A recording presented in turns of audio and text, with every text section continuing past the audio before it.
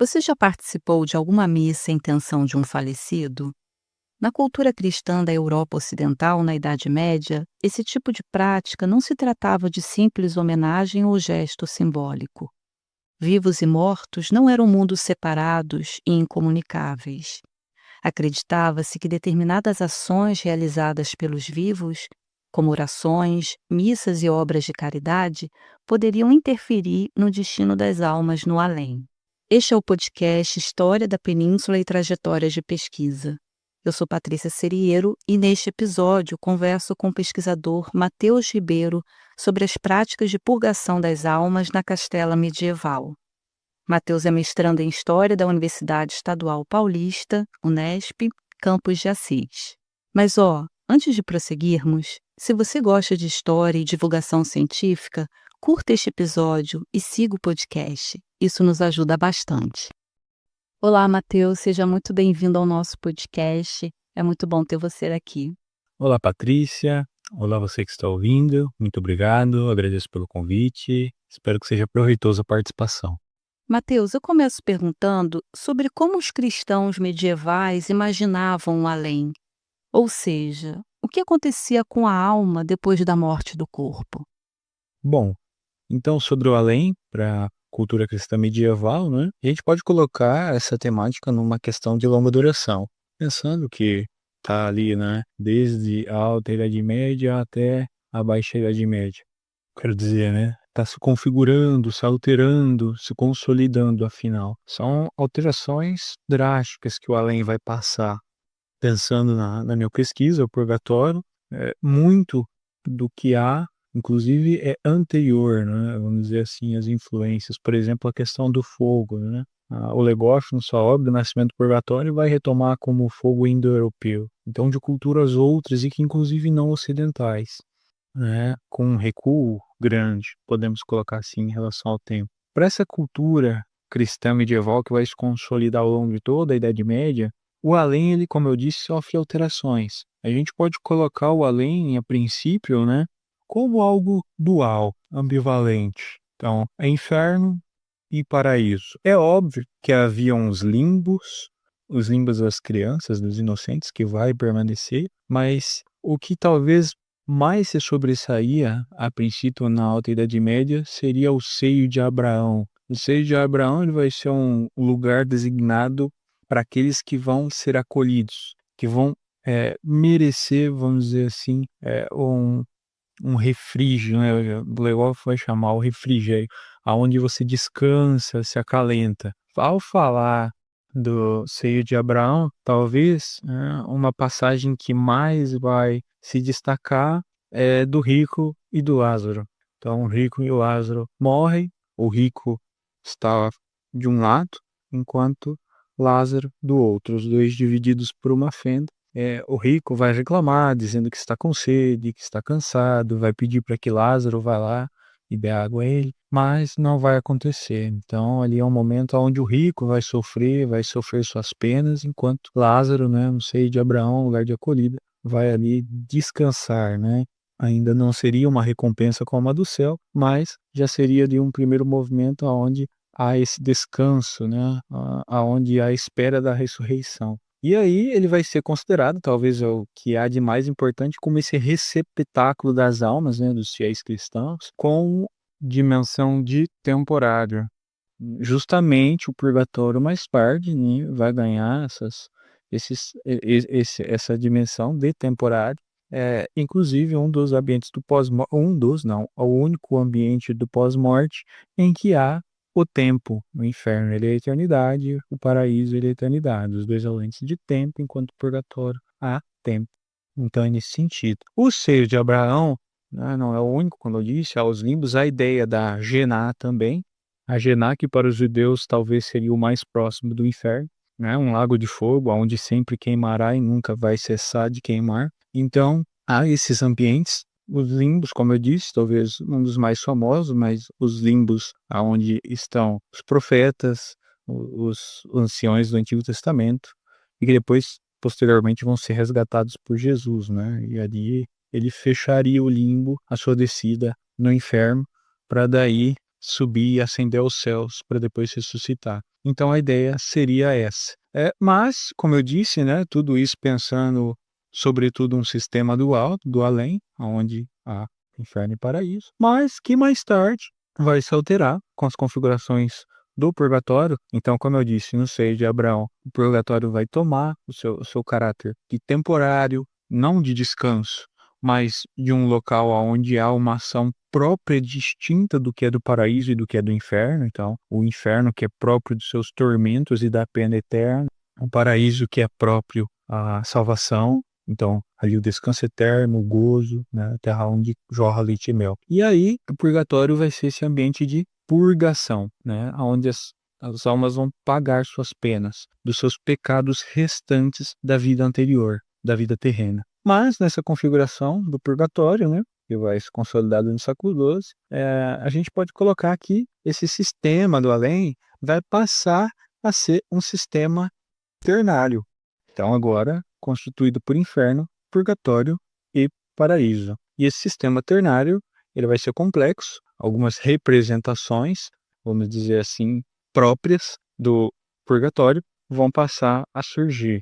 Algumas famosas são o purgatório de São Patrício e o purgatório do Dante. Então, o purgatório de São Patrício, ali no século XII, no início, né, que já havia possivelmente relatos antes, mas o purgatório de São Patrício, ele vai consolidar o purgatório em si, e principalmente no que se refere a uma espacialização do purgatório, que neste caso vai ter CEP, vamos colocar assim, né, que será na Irlanda. A premissa do purgatório de São Patrício era justamente, né, uma gruta onde que após a entrada você ia sofrer alguns tormentos, e se passasse lá dentro 24 horas e retornasse, você sofreria, né, na verdade, te concederiam um perdão completo de seus pecados. Isso aí também, né, vai motivar muito a prática da peregrinação em torno desse ambiente, né, que é o Purgatório de São Patrício. E daí, como eu disse, uma outra grande representação do purgatório, mas em si também do paraíso e do inferno, vai ser a Divina Comédia do Dante Alighieri. Bom, as divisões da Divina Comédia que o Dante traz, né, desse ambiente do além,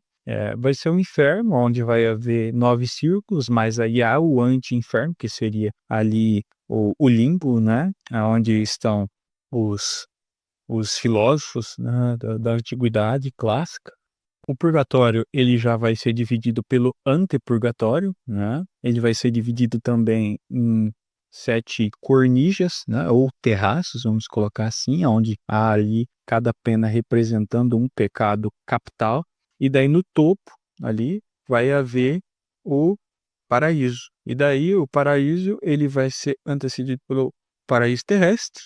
E daí cada céu, né, que são 9 também, vai ser a lua, os planetas e o céu. O nono céu é o chamado Primo Mobile, onde estão os anjos ali circundando, né? E aí, por último, né, seria esse 10º céu, que é o Empíreo, que é onde está Deus, os santos e alguns de seus anjos. E daí veja, né, o Dante ele consegue mobilizar dentro da sua obra toda uma configuração do além que perpassa toda a Idade Média, né? Então ele vai trazer essa questão dos limbos, dos patriarcas, dos profetas, né? Vai retomar aqueles filósofos antigos importantes que para ele vai ser e que para toda a Idade Média também, pensando ali, né, Platão, Aristóteles, né? Além disso, vai pensar também a ideia dos anjos, questões de rusga, vamos colocar assim, né, em torno do além, de heresia e tudo mais, e que vão estar todo ali configurados pelo Dante, né, de maneira importante para a consolidação de um além, pensando ainda no além ternário, né, constituído, como eu disse, pelo inferno, pelo purgatório e pelo paraíso. Nessa visão medieval do além, o que significava purgar as almas? Quais eram as práticas de purgação? Acredito que dá para pensar no primeiro momento, então, a purgação, a partir de termos que o próprio Legoff traz no Nascimento do Purgatório, como pena, provação ou tormento. Nesses termos, é interessante pensar que, uma vez que seriam penas, quem administraria essas penas, né? É um debate que vai ali ser bem recorrente para configurar o purgatório. Seriam os anjos, seriam os demônios, né? Seria uma autodisciplina, né, ou seja, você com uma pena interiorizada, sem que fosse necessário a intervenção de um anjo ou de um demônio. Então, há essa diversidade, né, a ser pensado. E nos exemplos, as 3 maneiras de penalizar vão aparecer. Uma coisa que é interessante a ser pensada na purgação, né, e que os exemplos permitem visualizar, é justamente a purgação ligada a determinados grupos sociais. Então, pecados que são próprios dos nobres, dos cavaleiros, com suas respectivas penas. Da mesma maneira para os pobres, da mesma maneira para os clérigos religiosos, né? Seus, seus pecados ligados respectivamente às suas penas. Só para ilustrar um exemplo assim, breve e resumido, havia um cavaleiro que um dia estava caçando, e aí chega a falecer, e por conta do deleite, do prazer, né, que o prazer em excesso por si só já seria pecado, né, mas pelo prazer da caça, após ele morrer, sua pena é ser bicado por uma ave ao longo de todo o seu tempo de purgação do purgatório. Então, esse é um dos exemplos, né, e é algo próprio, né, desse grupo social, a caça. Além disso, então, né, só para pensar outras práticas, as práticas de purgação elas vão ser muito diversas. Ao longo da pesquisa que eu estou elaborando, eu pude identificar algumas. Como se trata da purgação, ela vai estar ligada a outros exercícios, a outras práticas que não são propriamente efeitos purgatórios, mas que desempenham a purgação. Então, pensando ali entre vivos e mortos, porque de fato essa configuração da purgação vai acontecer dessa forma, né? Aquilo que é próprio dos vivos para com os mortos e aquilo que é próprio dos mortos. Então, a gente pode elencar aqui a esmola, a missa, a cruzada, né? Nesse contexto castelhano, a gente pode aqui pensar a peregrinação no lugar da cruzada, a oração, a promessa de fé, né? Juramento, o batismo, a comunhão, o amor, a penitência, esses últimos 4, então já podemos pensar num outro grupo que é os sacramentos enquanto efeitos e os seus efeitos purgatórios. E por último, né, que é próprio dos mortos, as aparições em busca de alívio, de mitigação das penas, a pena correspondente ao pecado, a paciência e o tempo. Seriam essas práticas e questões que eu pude identificar e que são muito recorrentes dentro dos exemplos. E aí, ao longo da pesquisa, vou estar desempenhando, desenvolvendo bem essas questões todas. Mateus, essas variadas práticas de purgação, então, englobavam as ações de mitigação das penas que o indivíduo deveria fazer durante a vida, né? Aí você cita várias, como a penitência, por exemplo, mas também as ações que os vivos poderiam fazer para aliviar as penas dos mortos, né? Que a gente chama de sufrágios. Você poderia falar um pouco mais sobre isso? Né, essas práticas que os vivos recorriam em benefício dos mortos?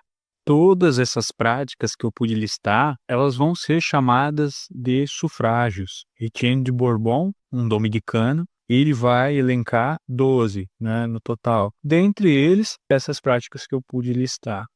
Esses sufrágios, eles vão ter uma função social de que seria quase que uma economia das práticas de purgação, das indulgências. A gente pode colocar que os sufrágios, né, é justamente o que vai ligar os vivos e os mortos.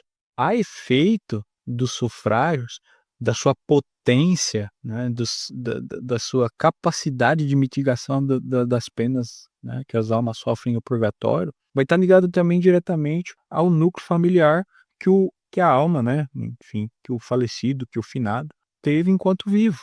Então, se um familiar, um filho, a esposa, a mãe, um pai, reza por ele, encomenda uma missa, pratica uma esmola, faz uma peregrinação, uma obra penitente, enfim, tantas outras, o efeito desse sufrágio vai ser muito mais eficiente do que se fosse um terceiro, né? Um desconhecido, vamos assim dizer. Se não há um familiar que seja um amigo e que seja uma pessoa outra, que não um amigo de um familiar, que seja uma pessoa santa.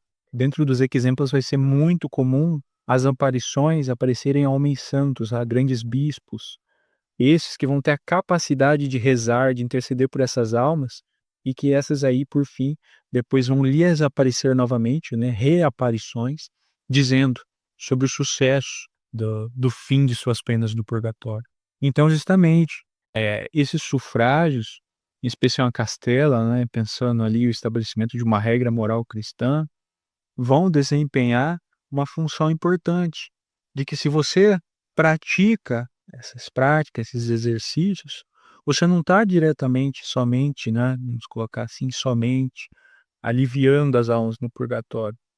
Você também está incorrendo em práticas de um bom cidadão, aquele que é amoroso, aquele que pensa na comunidade, aquele que vai ser paciente, que vai praticar esmolas, que vai à missa, que vai estar confesso. Pois justamente, inclusive, para que esses sufrágios possuam efeito, é necessário você estar confesso, com uma alma contrita e penitente, seja enquanto vivo para distribuir esses sufrágios, seja enquanto morto, né, lá na sua alma do purgatório, para poder ter proveito daquilo que você conquistou em vida ou que os vivos conquistam por você. Então, é necessário que para você tenha acesso à purgação das almas no purgatório, que você tenha conquistado méritos em vida, ou que se você chegou até ali e não conquistou o suficiente, outros conquistem por você. Isso vai ser chamado de corpo místico da igreja, né? E vai se estabelecer por uma igreja triunfante, aqueles que estão no céu, a padecente dos que padecem no purgatório, e a igreja militante, que é aquelas que militam na vida terrena. E a doutrina que vai estar por trás de tudo isso é a chamada doutrina da comunhão dos santos, né? Onde é um corpo místico da igreja. Então, essa seria a configuração dos sufrágios, né? Que tem efeitos purgatórios e mitigadores, né, das penas das almas. Para estudar essas práticas de purgação, que tipos de fonte você analisa em sua pesquisa? Poderia falar um pouquinho sobre cada uma delas? Bom, sobre as obras que eu possuo, né, minhas fontes a serem trabalhadas, eu possuo um número de 11 obras até o momento, que compõem o corpus empírico da pesquisa, vai desde fontes como constituições sinodais, recolhas de exemplo, manuais de confessores, crônicas, sermões, enfim, tudo isso visando buscar a purgação das almas. Mas do que dá mais capilaridade para a identificação dessas práticas, talvez sejam as recolhas de exemplo. Justamente, até colocado pelo Leboeuf, por outros autores, que a falta de textualidade textualidade bíblica para justificar o purgatório, e talvez pelas discussões recorrentes pelos escolásticos, pelos patrísticos, a elaboração de exemplo para o uso da pregação vai suprir essa ausência, né, de amparo bíblico que o purgatório tem. Então, por isso, talvez os exemplos permitam pensar o purgatório, né, nesse caso, a prática da purgação. O livro dos exemplos pelo ABC ele vai ser elaborado por Clemente Sanches. Ele é uma coleção amplíssima. Vai ser ali composto por retraduções, recapitulações, né, de outras obras do período, mas em termos de uma obra que reúne o número de exemplos que reúne, talvez seja até o maior. Então, é uma coleção castelhana que reúne mais ou menos em torno de 500 exemplos, e ele é organizado em 467 lemas, né, que estão em latim ali, que vão ditar a temática dos exemplos. Ele ainda possui, como a maioria das vezes, né, uma disposição dos títulos em alfabético, em ordem alfabética, da mesma maneira que o Espéculo dos Leigos, que é a outra obra que eu trabalho. O Espéculo ele não vai ter o autor identificado, mas ele também possui um vasto número de exemplos e influências, desde obras tidas como profanas, tratados místicos, filosóficos, agiografias e tudo mais. A diferença é que o Espéculo dos Leigos, né, ele vai ser uma retradução do Speculum Laicorum, que era em latim, tratado em inglês, e vai ser traduzido para o castelhano na segunda metade do século XV. Diz São Gregório, no quarto livro dos Diálogos, que um monge de seu mosteiro foi achado em pecado de propriedade ao morrer, e não permitiu que fosse sepultado entre os outros monges, mas tendo compaixão de sua alma, depois de alguns dias, mandou que por ele se dissesse missa durante 30 dias contínuos. E no fim dos 30 dias, o monge morto apareceu a um de seus irmãos e lhe disse que naquele dia havia recebido a Santa Comunhão e fora libertado da pena da purgação.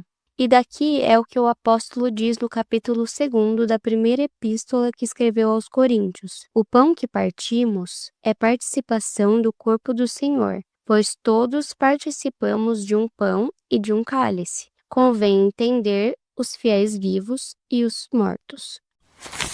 Mateus, a historieta que acabamos de ouvir, extraída da obra Especulo de los Legos, Espelho dos Leigos, é um dos exemplos estudados por você. Qual foi o papel desses exemplos na difusão das práticas de purgação das almas e da doutrina do purgatório em Castela ao longo desses 2 séculos? Bom, os exemplos eles vão ter um papel fundamental para a difusão das práticas de purgação e principalmente, né, em relação à doutrina do purgatório, não só em Castela, mas também em todo o Ocidente, mas em especial em Castela, né, nos séculos XIV e XV. A gente pode colocar que os exemplos, né, que vão ser esses relatos que visam servir, seja como instrumentos, né, podemos colocar nesses termos, seja para pregação, seja para busca de uma exemplaridade, e que eles permitem, né, seja ensinar ou pregar de modo mais claro, seja os confessores, os clérigos, os mendicantes, seja quem for fazer uso desses exemplos. Além disso, eles possuem fácil assimilação, os exemplos. O efeito moralizante dele é muito potente. E o principal, eles são fáceis de ser replicados, né, na vida cotidiana, os exemplos que eles são trazidos.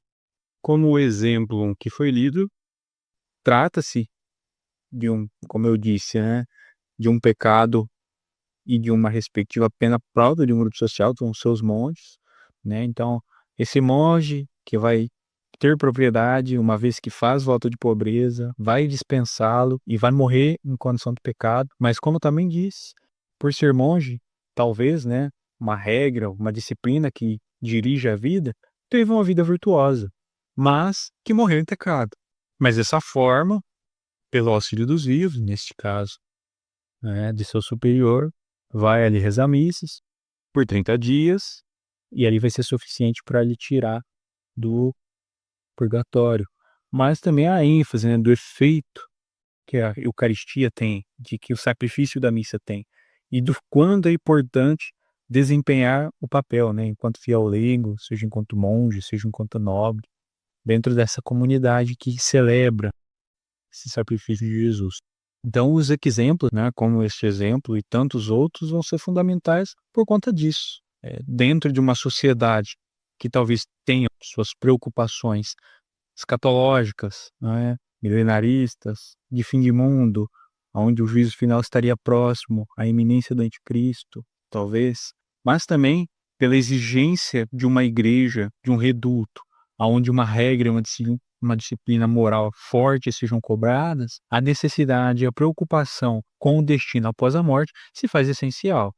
E como a pregação vai ser um dos principais meios para alcançar a conscientização, a edificação de uma vida penitente, de uma vida virtuosa, os exemplos vão servir, vamos colocar assim, né, um prato cheio para o público alvo dessa edificação, dessa vida virtuosa e penitente, que vai ser os fiéis leigos, né, e esses que vão poder beber desses exemplos, a fim de reproduzirem, replicarem essas boas práticas que os exemplos trazem, ou de abominarem, repugnarem determinadas práticas ditas pecaminosas. Sua pesquisa de mestrado ainda está em andamento, mas o que já é possível identificar ou concluir com base na análise dos exemplos que tratam da purgação das almas? E sim, a minha pesquisa ela está em andamento, já estamos em meados, né, da pesquisa. Esse primeiro ano foi um trabalho onde eu fiz o tratamento das fontes, a leitura, a identificação, a catalogação, a tradução das obras. Houve um movimento de síntese para facilitar na escrita, agora já estamos aí na escrita também, e vamos seguindo. E o que eu já posso observar e concluir sobre os exemplos, né, em relação à purgação das almas, é que, primeiro, a prática da purgação, por meio dos exemplos, vai ser muito diversificada. Isso é um espelho da realidade complexa que o Castelo desempenhava. uma realidade complexa, caracterizada por diversas práticas, como eu poderia estar, não é? E que vão então vai estar ali presente, né, na vida cotidiana das pessoas. Talvez a preocupação realmente por essa edificação de uma vida moral, sabe, do estabelecimento de uma fé e de uma moral cristã, vai fazer essa efervescência, vai fazer sentido que exista essa preocupação com o além, com o após a morte, né. E como eu disse, por se tornar esse sistema ternário, o além, medieval, né, o purgatório passa a ser mais uma possibilidade para após a morte. Em Castela há uma característica bem específica, que vai ser o século XV. Há uma ideia onde o anticristo está vindo, a iminência do anticristo, do juízo final, e isso talvez acelere ou intensifique, né, essa preocupação com após a morte. E daí, de novo, né, a purgação das almas não começava após a morte, mas sim em vida, com uma vida penitente e virtuosa. Então, nesse sentido, acredito que os exemplos permitiram, né, a difusão dessas inúmeras práticas para os fiéis cristãos castelhanos e para a manutenção de sua vida cristã e depois para impactar, né, em suas vidas após a morte. Muito obrigada pela sua participação, Matheus. Eu que agradeço, Patrícia, agradeço pelo convite novamente, pela participação no podcast. Espero que haja uma próxima, quando a pesquisa estiver concluída, né, pudermos tirar outras conclusões. E agradeço a você que escutou até aqui. Um grande abraço, muito obrigado. Convidamos os ouvintes a conhecerem mais sobre as pesquisas e atividades de nossos grupos por meio do site www.umahistoriadapeninsula.com e de nossas redes sociais. Participaram também da produção deste episódio a aluna de História Ana Caroline de Souza, a historiadora Bruna Dias Souza Freire, os mestrandos em História Roberto Caliani Janeiro Filho, Tiago Augusto Mota e Matheus Henrique Batista Lopes Ribeiro, e o professor livre-docente de História Medieval Leandro Alves Teodoro. Até a próxima!